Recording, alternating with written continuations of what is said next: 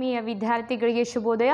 ನಾವು ಇಂದು 3ನೇ ವರ್ಗದ ಗಣಿತ ವಿಭಾಗದ ಮೊದಲ ಅಧ್ಯಾಯ ಯಾವುದು ಅಂದರೆ ಆಕೃತಿಗಳು, ಇದರ ಬಗ್ಗೆ ಅಭ್ಯಾಸ ಮಾಡೋಣ. ಹಾಗಾದರೆ ಆಕೃತಿಗಳು ಅಂದರೆ ಏನು, ಯಾವುವು, ಯಾವ ವಸ್ತುಗಳು ಸ್ಥಳವನ್ನು ಆಕ್ರಮಿಸಿಕೊಳ್ಳುತ್ತವೆ ಮತ್ತು ಆಯಾಮಗಳನ್ನು ಹೊಂದಿವೆ. ಸ್ಥಳವನ್ನು ಆಕ್ರಮಿಸಿಕೊಳ್ಬೇಕು, ಆಯಾಮವನ್ನು ಹೊಂದಿರಬೇಕು. ಆಯಾಮ ಅಂದರೆ ಉದ್ದ, ಅಗಲ, ಎತ್ತರ ಅಂತ ಹೇಳ್ತೀವಲ್ಲ, ಈ ರೀತಿಯಾದಂತಹ ಆಯಾಮಗಳನ್ನು ಹೊಂದಿರುವಂತಹ ವಸ್ತುಗಳನ್ನು ನಾವು ಆಕೃತಿಗಳು ಅಂತ ಹೇಳ್ತೀವಿ. ನೀವು ಬಳಸುವಂತಹ ಪುಸ್ತಕ ಇರ್ಬೋದು, ಕಂಪಸ್ ಬಾಕ್ಸ್ ಇರ್ಬೋದು, ಎರೇಸರ್ ರಬ್ಬರ್ ಇರ್ಬೋದು, ಡಸ್ಟರ್ ಇರ್ಬೋದು, ಹೌದಾ, ಇಂಚ್ ಪಟ್ಟಿ ಇರ್ಬೋದು, ಸ್ಕೇಲ್ ಅಂತ ಹೇಳ್ತೀವಲ್ಲ, ಇವೆಲ್ಲವೂ ಏನು ಅಂದರೆ ಆಕೃತಿಗಳಿಗೆ ಉದಾಹರಣೆಗಳು. ಇವಿಷ್ಟೇ ಅಲ್ಲದೇವ ಯಾವ್ಯಾವು ಅಂದರೆ ಇದು ಏನಿದು ಚೌಕ, ವರ್ಗ ಅಂತಲೂ ಹೇಳ್ತೀವಿ. ಇದು ಆಯತ, ಹೌದಾ, ಇದನ್ನು ನಾವು ಶಂಕು ಅಂತ ಕರಿತೀವಿ, ಹೌದಾ. ಇದನ್ನು ಸಿಲಿಂಡರ್ ಅಂತ ಹೇಳ್ತೀವಿ. ಓಕೆ, ಸಿಲಿಂಡರ್, ಗೋಳ,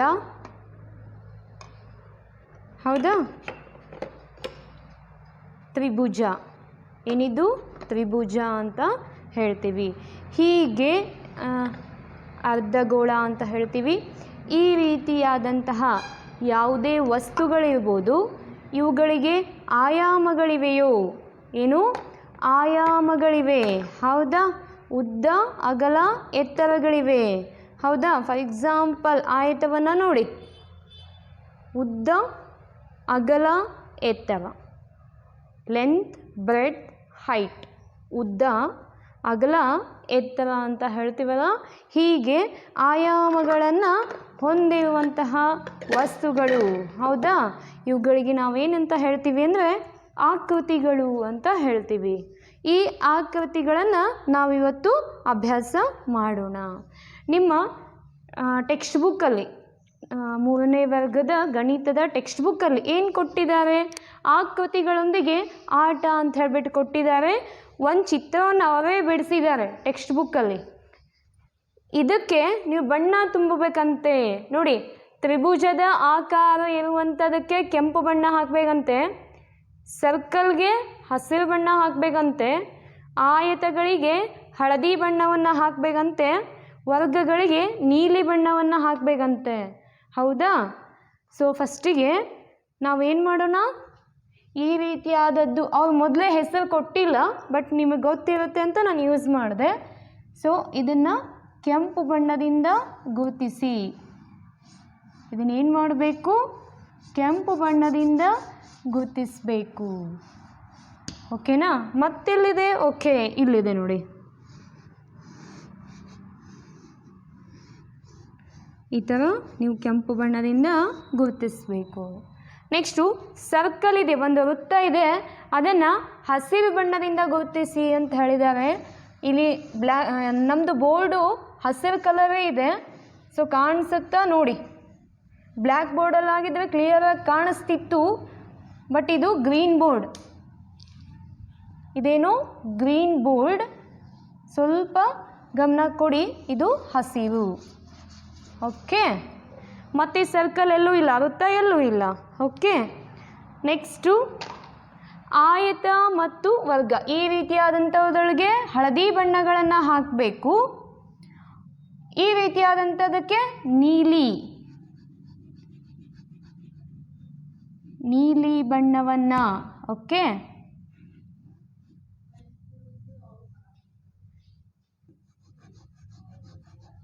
ನೀಲಿ ಬಣ್ಣವನ್ನು ತುಂಬಬೇಕು.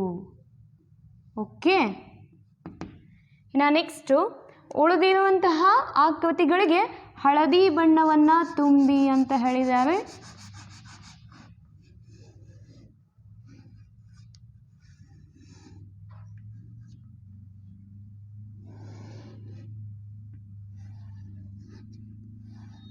ನೆಕ್ಸ್ಟ್ ಏನು, ಹಳದಿ ಬಣ್ಣ.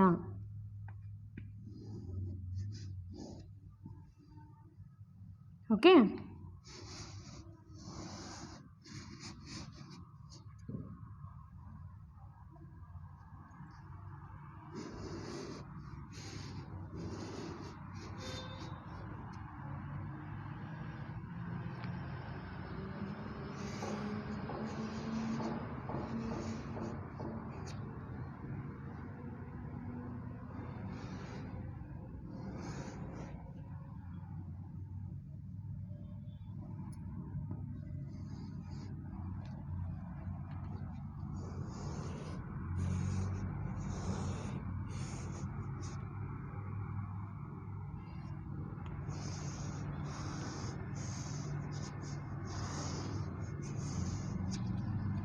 ಓಕೆನಾ? ಈ ರೀತಿಯಾಗಿ ನೀವು ಕಲರ್ಸ್ನ ಕೊಡಬೇಕಾಗುತ್ತೆ. ನೆಕ್ಸ್ಟು ಕ್ವಶನ್ ಕೇಳಿದ್ದಾರೆ ನೋಡಿ, ಏನಂತ ಕೇಳಿದ್ದಾರೆ? ಕೆಂಪು ಬಣ್ಣದ ಆಕೃತಿಗಳಿಗೆ ಏನಂತ ಕರಿತೀವಿ? ನೋಡಿ ಇಲ್ಲಿದೆಯಲ್ಲ, ಈ ಆಕೃತಿಗಳನ್ನು ನಾವು ಏನಂತ ಕರಿತೀವಿ? ಮೊದಲನೇದು ಕೆಂಪು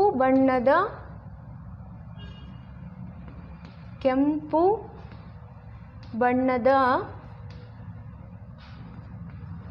ಆಕೃತಿಗಳಿಗೆ ಏನಂತ ಹೇಳ್ತೀವಿ? ತ್ರಿಭುಜ ಅಂತ ಹೇಳ್ತೀವಿ. ನೀವು ತ್ರಿಭುಜಗಳು ಎನ್ನುವರು ಎಂದು ಕರೆಯುತ್ತೇವೆ ಅಂತ ಇದೆ. ಓಕೆನಾ? ಇನ್ನು ನೆಕ್ಸ್ಟು ಹಸಿರು ಬಣ್ಣದ್ದೆಲ್ಲಿದೆ? ಹೌದಾ, ವೃತ್ತ ಅಂತ ಹೇಳ್ತೀವಿ.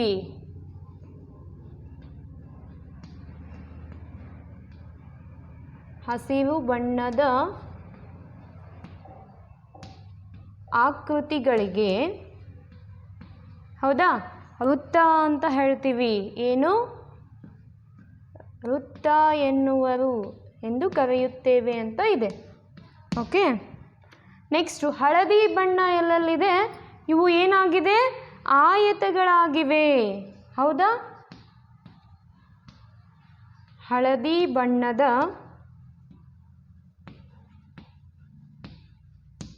ಆಕೃತಿಗಳಿಗೆ ಆಯತಗಳು ಅಥವಾ ಆಯತ ಎನ್ನುವರು. ಹೌದಾ?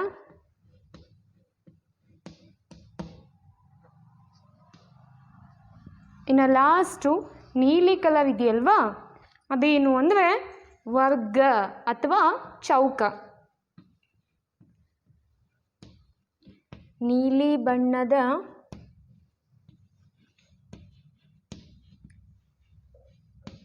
ಆಕೃತಿಗಳಿಗೆ ಏನಂತೀವಿ?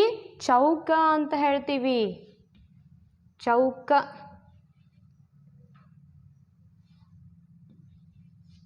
ಅಥವಾ ವರ್ಗ. ಚೌಕ ಅಥವಾ ವರ್ಗ ಎನ್ನುವರು. ಬಿಟ್ಟ ಸ್ಥಳ ಕೊಟ್ಟಿದ್ದಾರೆ ನಿಮಗೆ, ಬಿಟ್ಟ ಸ್ಥಳದಲ್ಲಿ ಬರಿಬೇಕು. ಓಕೆನಾ? ಗೊತ್ತಾಯ್ತಲ್ಲ ಯಾವ ಆಕೃತಿಗಳಿಗೆ ನಾವು ಏನಂತ ಕರಿತೀವಿ. ಇನ್ನು ನೆಕ್ಸ್ಟು ಒಂದು ಚಟುವಟಿಕೆ ಕೊಟ್ಟಿದ್ದಾರೆ. ಏನಂತ ಕೊಟ್ಟಿದ್ದಾರೆ ಅಂದರೆ, ನಾನು ಯಾರು ಅಂತ ಕೇಳಿದೆ. ಒಂದು ಡೈಗ್ರಾಮ್, ಒಂದು ಚಿತ್ರ ಇದೆ. ನಾನು ಯಾರು ಅಂತ ಪ್ರಶ್ನೆ ಕೇಳಿದೆ. ಹೇಗಿದೆ ನೋಡಿ ಆ ಚಿತ್ರ? ಹೇಗೆ ಅಂದರೆ,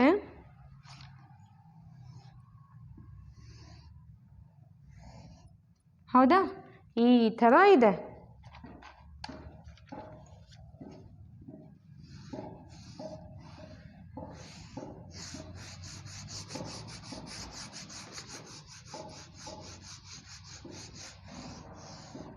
ಈ ಥರ ಇದೆ. ಇಲ್ಲೇನೋ ಬರೆದಿದ್ದಾರೆ. ಏನಂತ? ಮೂಲೆ.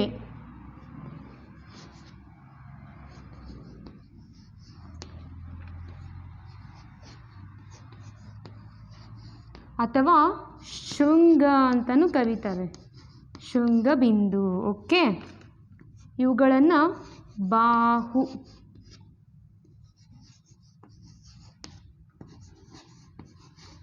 ಇಲ್ಲಿ ಮೂಲೆ ಇದೆಯಲ್ಲ, ಅಲ್ಲಿ ಹೆಸರು ಕೊಟ್ಬಿಡೋಣ. A B C. A B C. ನೋಡಿ, ನಾನು ಯಾರು ಅಂತ ಹೇಳಿದೆ. ಇದು ಒಂದು ತ್ರಿಭುಜ. ಇದೇನಿದು? ತ್ರಿಭುಜ. ಮೂರು ಶೃಂಗಬಿಂದು. ಮೂರು ಶೃಂಗಬಿಂದು ಅಂದರೆ ಮೂಲೆಗಳನ್ನು ಹೊಂದಿದೆ. ಮೂರು ಮೂಲೆಗಳನ್ನು ಹೊಂದಿದೆ. ಬಾಹುಗಳೆಷ್ಟಿದೆ? 1 2 3.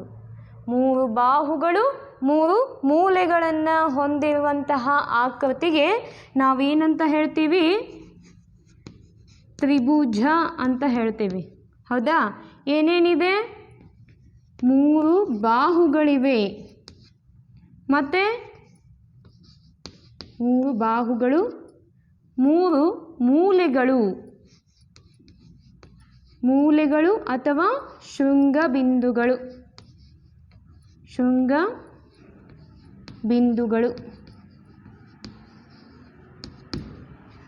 ಬಾಹುಗಳು ಯಾವ್ಯಾವು?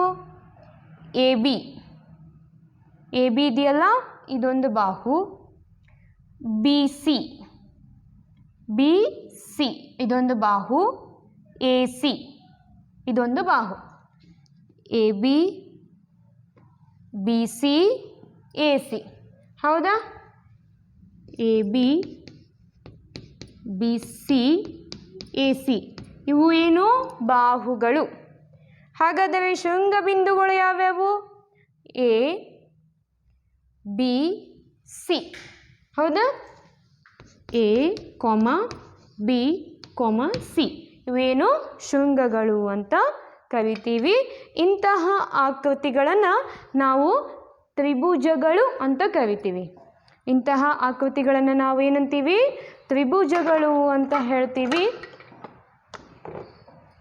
ನೋಡಿ, ಹೌದಾ? ಇದೇನಾಗಿದೆ? 3 ಅಂತ್ಯಬಿಂದುಗಳು, ಮೂಲೆಗಳು ಅಂತ ಹೇಳ್ತೀವಲ್ಲ, ಎ ಬಿ ಸಿ. ಇದು ಒಂದು ಬಾಹು, ಇದು ಒಂದು ಬಾಹು, ಇದೊಂದು ಬಾಹು. ಹೌದಾ? ಇದಕ್ಕೆ ನಾವೇನಂತ ಹೇಳ್ತೀವಿ? ತ್ರಿಭುಜ ಅಂತ ಹೇಳ್ತೀವಿ. ಇನ್ನೊಂದಿದೆ ನೋಡಿ, ಹೌದಾ? 3 ಅಂತ್ಯಬಿಂದುಗಳು, 3 ಬಾಹುಗಳು. ಗೊತ್ತಾಯ್ತಾ? 3 ಅಂತ್ಯಬಿಂದುಗಳು, 3 ಬಾಹುಗಳು. ಇವುಗಳನ್ನು ನಾವೇನಂತ ಹೇಳ್ತೀವಿ? ತ್ರಿಭುಜಗಳು ಅಂತ ಹೇಳ್ತೀವಿ. ಏನಿದು? ತ್ರಿಭುಜಗಳು. ಓಕೆ. ನೆಕ್ಸ್ಟು ನಿಮ್ಮ ಟೆಕ್ಸ್ಟ್ ಬುಕ್ಕಲ್ಲಿ ಕೆಲವೊಂದಿಷ್ಟು ಉದಾಹರಣೆಗಳನ್ನು ಕೊಟ್ಟಿದ್ದಾರೆ. ಅದರ ಬಾಹುಗಳು ಮೂಲೆಗಳನ್ನು ಗುರುತಿಸಿ ಅಂತ ಹೇಳಿದ್ದಾರೆ. ಬಾಹುಗಳು ಮತ್ತು ಮೂಲೆಗಳನ್ನು ಗುರುತಿಸಿ ಅಂತ ಹೇಳಿದ್ದಾರೆ. ಹೌದಾ? ಏನವು? ಯಾವ ರೀತಿ ಇದೆ ನೋಡಿ. ನಿಮಗೇನು ಕೊಟ್ಟಿದ್ದಾರೆ? 3 ತ್ರಿಭುಜಗಳನ್ನು ಕೊಟ್ಟಿದ್ದಾರೆ.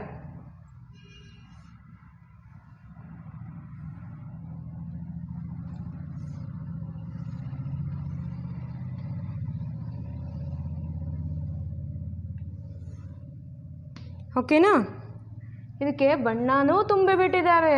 ಹೌದಾ?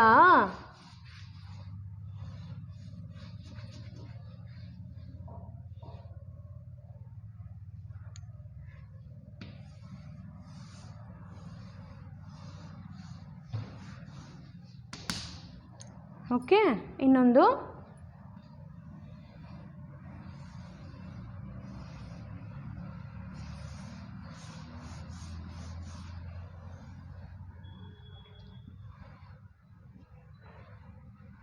ಇದರಲ್ಲಿ ಹೆಸರು ಕೊಡೋಣ. A B C. ಓಕೆ. ಇದಕ್ಕೆ ಪಿ ಕ್ಯೂ ಆರ್. ಓಕೆ. ಇದಕ್ಕೆ ಎಕ್ಸ್ ವೈ ಝೆಡ್. ಓಕೆ. ಇದರಲ್ಲಿ ಬಾಹುಗಳು ಎಷ್ಟಿದೆ? ಮೂಲೆಗಳು ಎಷ್ಟಿದೆ? ಬಾಹುಗಳು ಮತ್ತು ಮೂಲೆಗಳು ಅಂತ ಹೇಳೋಣ. ಹೌದಾ? ಬಾಹು ಯಾವ್ದ್ಯಾವುದು? A B. ಹೌದಾ? ಮತ್ತು ಬಿ ಸಿ ಮತ್ತು ಎ ಸಿ. ಗೊತ್ತಾಯ್ತಾ? ಒಟ್ಟು ಎಷ್ಟು? ಒಟ್ಟು 3 ಬಾಹುಗಳು. A B, B C, A C. ಓಕೆನಾ? ಮೂಲೆಗಳೆಷ್ಟಿದೆ? A B C. A B C. ಒಟ್ಟು ಎಷ್ಟು ಮೂಲೆಗಳು? 3 ಮೂಲೆಗಳು. ಇಲ್ಲಿ ನೋಡಿ, ಯಾವ್ಯಾವ ಬಾಹುಗಳು? P Q. ಹೌದಾ? Q R. ಹೌದಾ? Next P R. ಟೋಟಲ್ ಎಷ್ಟಾಯಿತು? 3 ಬಾಹುಗಳು. ಶೃಂಗಬಿಂದುಗಳು ಅಥವಾ ಮೂಲೆಗಳು? P Q R. P Q R. ಇವು ಎಷ್ಟಿದೆ? 3 ಮೂಲೆಗಳಿವೆ. ಓಕೆನಾ? ಇಲ್ಲಿ ನೋಡಿ, ಬಾಹುಗಳು ಎಕ್ಸ್ ವೈ, ವೈ ಝೆಡ್ ಮತ್ತು ಎಕ್ಸ್ ಝೆಡ್. ಎಷ್ಟಿದೆ? 3 ಬಾಹುಗಳು. ಮೂಲೆಗಳು ಎಕ್ಸ್ ವೈ ಝೆಡ್. ಇವೆಷ್ಟಿದೆ? ಇದು ಸಹ 3 ಇದೆ. ಹಾಗಾದರೆ ಯಾವುದೇ ಒಂದು ತ್ರಿಭುಜಕ್ಕೆ ಏನಿರ್ತಾವು? 3 ಬಾಹುಗಳಿರ್ತಾವೆ, 3 ಮೂಲೆಗಳಿರ್ತಾವೆ. ಗೊತ್ತಾಯ್ತಾ? ಯಾವುದೇ ತ್ರಿಭುಜಕ್ಕೂ ಬಾಹುಗಳೆಷ್ಟು? 3, ಮೂಲೆಗಳೆಷ್ಟು?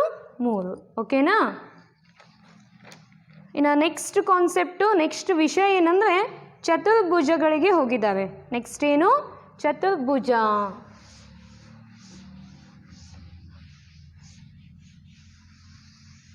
ಓಕೆ,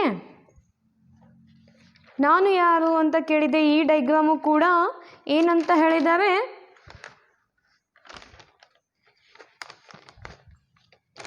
ಒಂದು ಡೈಗ್ರಾಮ್ ಕೊಟ್ಟಿದ್ದಾರೆ, ಇದನ್ನು ನಾವು ಡ್ರಾ ಮಾಡಿಬಿಡೋಣ.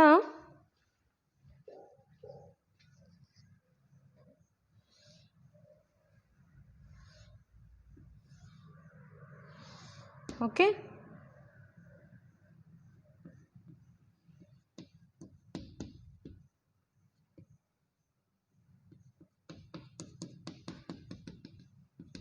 Okay, A B C D.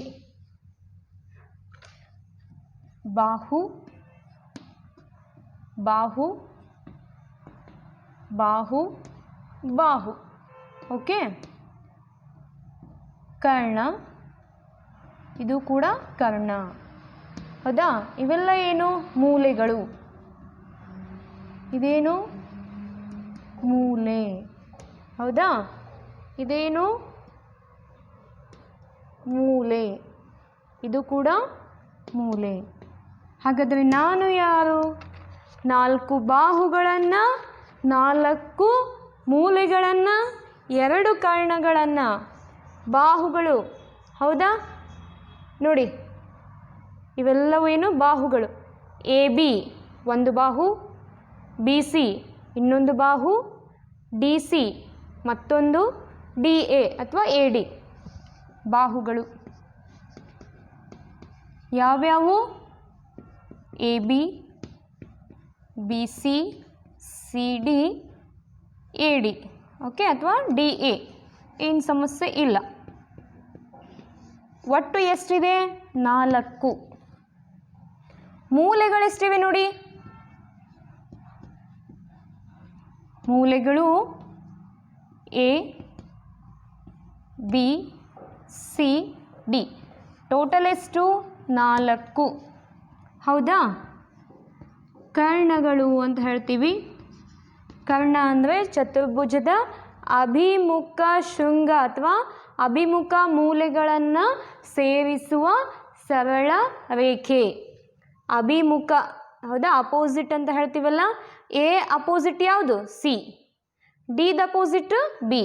ಇವುಗಳನ್ನು ಸೇರಿಸ್ತೈತಲ್ಲ ಸರಳ ರೇಖೆ, ಅದಕ್ಕೆ ನಾವೇನಂತೀವಿ ಅಂದರೆ ಕರ್ಣ ಅಂತ ಹೇಳ್ತೀವಿ. ಕರ್ಣಗಳು ಯಾವ್ಯಾವಂದರೆ ಎ ಸಿ ಮತ್ತು ಬಿ ಡಿ. ಎ ಸಿ ಮತ್ತು ಬಿ ಡಿಗಳು ಏನು? ಕರ್ಣಗಳು. ಹೌದಾ? ಕರ್ಣಗಳೆಷ್ಟಾಯಿತು? 2. 4 ಬಾಹುಗಳು, 4 ಮೂಲೆಗಳು, 2 ಕರ್ಣಗಳು.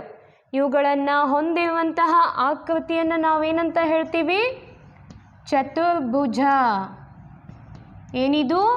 ಚತುರ್ಭುಜ. ಇವೆಲ್ಲವಕ್ಕೂ ನಾವೇನಂದ್ವಿ? ತ್ರಿಭುಜಗಳು. ಹೌದಾ? ಇವೆಲ್ಲವೇನು? ತ್ರಿಭುಜಗಳು. ಈ ಒಂದು ಆಕೃತಿಗೆ ನಾವೇನಂತ ಹೇಳ್ತೀವಿ? ಚತುರ್ಭುಜ ಅಂತ ಹೇಳ್ತೀವಿ. ಓಕೆನಾ? ಇದರ ಹೆಸರೇನು? ಚತುರ್ಭುಜ. ನಿಮ್ಮ ಟೆಕ್ಸ್ಟ್ ಬುಕ್ಕಲ್ಲಿ ಒಂದೆರಡು ಉದಾಹರಣೆಗಳನ್ನು ಕೊಟ್ಟಿದ್ದಾವೆ. ಅದಕ್ಕೆ ನಾವೇನು ಬಾಹುಗಳನ್ನು ಬರಿಬೇಕಂತೆ, ಮೂಲೆಗಳನ್ನು ಬರಿಬೇಕಂತೆ, ಕರ್ಣಗಳನ್ನು ಬರಿಬೇಕಂತೆ. ಓಕೆ? ಬಾಹುಗಳು, ಮೂಲೆಗಳು ಮತ್ತು ಕರ್ಣ. ಬಾಹುಗಳು, ಮೂಲೆಗಳು ಮತ್ತು ಕರ್ಣ.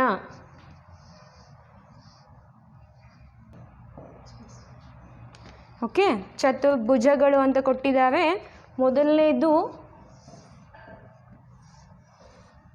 ಈ ಥರ ಕೊಟ್ಟಿದ್ದಾರೆ.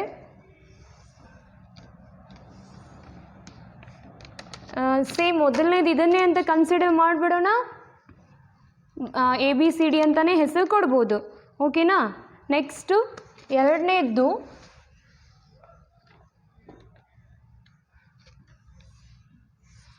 ಈ ಥರ ಕೊಟ್ಟಿದ್ದಾರೆ ನೋಡಿ, second one. Okay,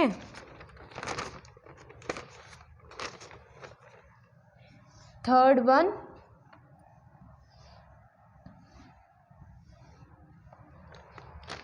fourth one. ಏನಾಗಿ ನಮಗೇನು ಕೊಟ್ಟಿದ್ದಾರೆ, ಆಕೃತಿಗಳನ್ನು ಕೊಟ್ಟಿದ್ದಾರೆ.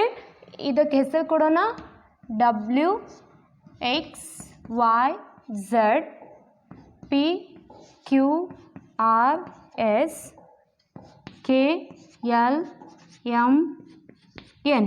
ಓಕೆ, ಇಲ್ಲಿ ಬಾಹುಗಳನ್ನು ನಾವು ಹೇಳೋಣ, ಹಾಗೆ ಮೂಲೆಗಳನ್ನು ಹೇಳೋಣ, ಕರ್ಣಗಳನ್ನು ಹೇಳೋಣ.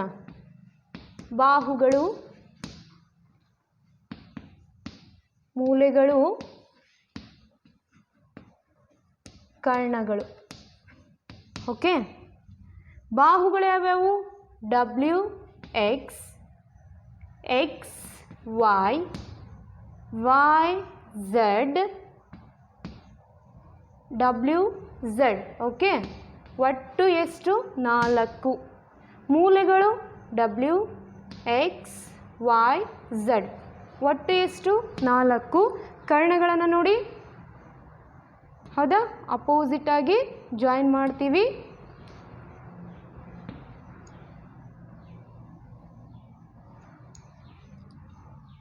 W Y X Z, ಒಟ್ಟು ಎಷ್ಟು?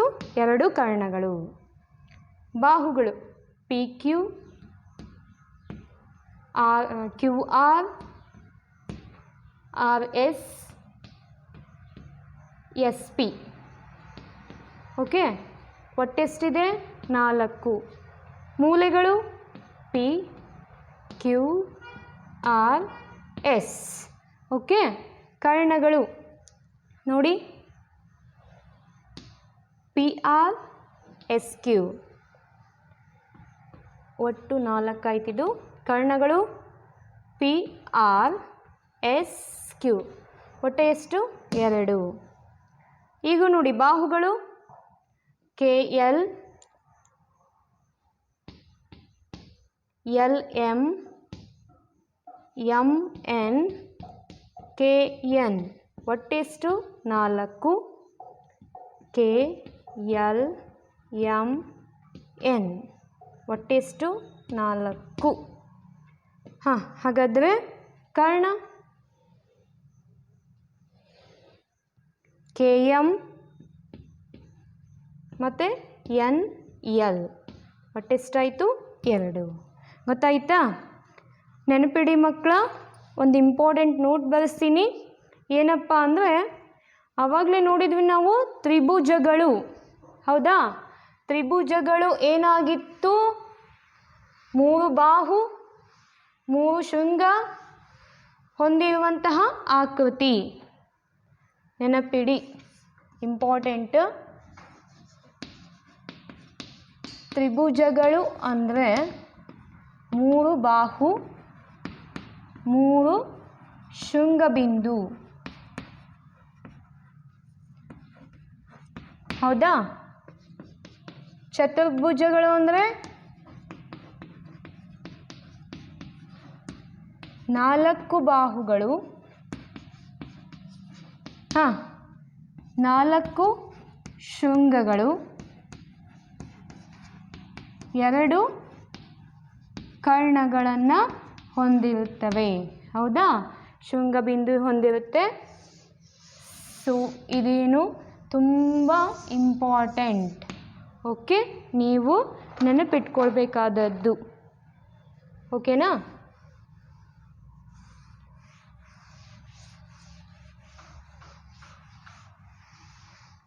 ಇವತ್ತು ನಾವೇನೇನು ನೋಡಿದ್ವಿ? ಆಕೃತಿಗಳು ಅಂದರೆ ಏನು ಅಂತ ನೋಡಿದ್ವಿ. ಯಾವ್ಯಾವ ರೀತಿಯ ಆಕೃತಿಗಳಿರ್ತಾವು ಅನ್ನೋದನ್ನು ನೋಡಿದ್ವಿ. ತ್ರಿಭುಜ ಹೇಗಿರುತ್ತೆ, ಅದರ ಬಿಂದುಗಳನ್ನು ಹೇಗೆ ಕಂಡುಹಿಡಿತೀವಿ, ಬಾಹುಗಳನ್ನು ಹೇಗೆ ಕಂಡುಹಿಡಿತೀವಿ ನೋಡಿದ್ವಿ. ನೆಕ್ಸ್ಟು ಚತುರ್ಭುಜ ಹೇಗಿರುತ್ತೆ, ಅದರ ಬಾಹುಗಳು ಹೇಗೆ, ಶೃಂಗಬಿಂದುಗಳು ಹೇಗೆ ಅನ್ನೋದನ್ನು ನೋಡಿದ್ವಿ. ಸೊ ಇಂದಿನ ಗೃಹಪಾಠ ಹೋಮ್ವರ್ಕು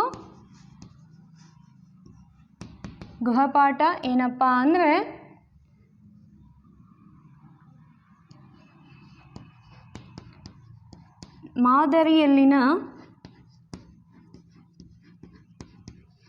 ಮಾದರಿಯಲ್ಲಿನ ತ್ರಿಭುಜಗಳು ಮತ್ತು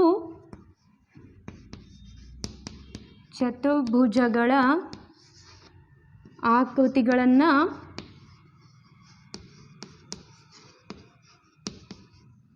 ಪುನಃ ಬಿಡಿಸಿ. ಧನ್ಯವಾದಗಳು.